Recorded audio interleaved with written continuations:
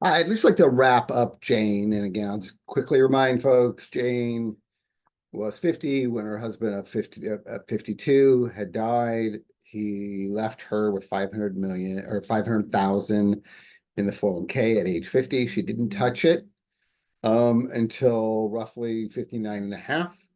So it grew to well over $950,000. So that was good.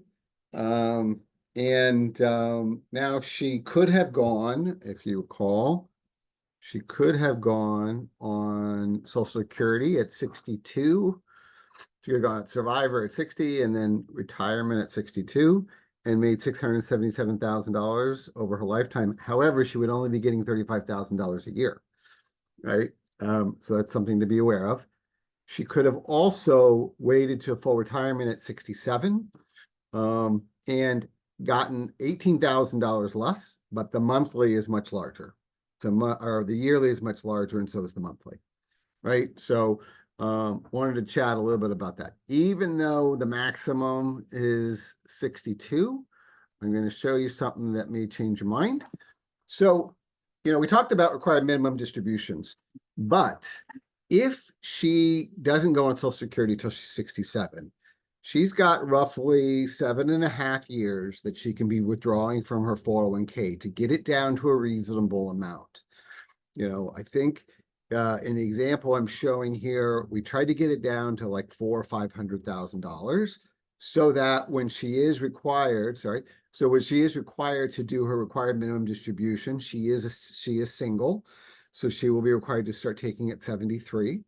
So if she lives off the 401k and tries to draw out as much as she can, you will see here that her tax rate, if she's drawing $90,000 a year or up to $95,000 a year, it's 22%. If she's drawing up to $180,000 a year, she can pretty much draw almost everything out, and that's at 24%. Let's assume she takes it at 22%, right? Certainly a lot less than the some years, which I think it was over close to half of the years were in excess of 182, at least, or pretty with Social Security included. So that means that she would have paid 32%. So she's going to save, if she keeps it around $90,000 a year for those 7.5 years, she's going to be pulling close to over $600,000 out. She's going to, get her required minimum distribution down, right? And I actually think it's even going to be further down than what we've stated above here. She can get it down to 22% a year, right? It means she's got less sitting in her 401k for sure. But she's going to cost her $18,000 in Social Security, as we kind of said here. It's going to cost her $18,000 in Social Security, but she's going to save 10% of $950,000. So that's going to be $95,000. So in the end, she's going to save about $78,000 by drawing that down and not paying the taxes on the required minimum distribution. So those are the kind of things you got to look out for. The income is important, but the outflow is also important.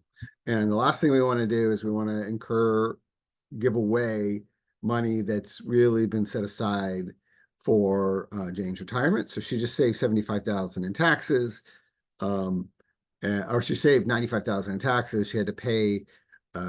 She had a little bit less coming to her from Social Security, $18,000 less. But in the end, it's a much better deal for her. And those are the kind of conversations that you need to have with a Social Security analyst like myself. And they will help you kind of figure that out. And those things are not always clear when you just go look at your statement on ssa.gov. Any questions? Please always drop me a comment, follow, and like this video. Thank you. Bye-bye.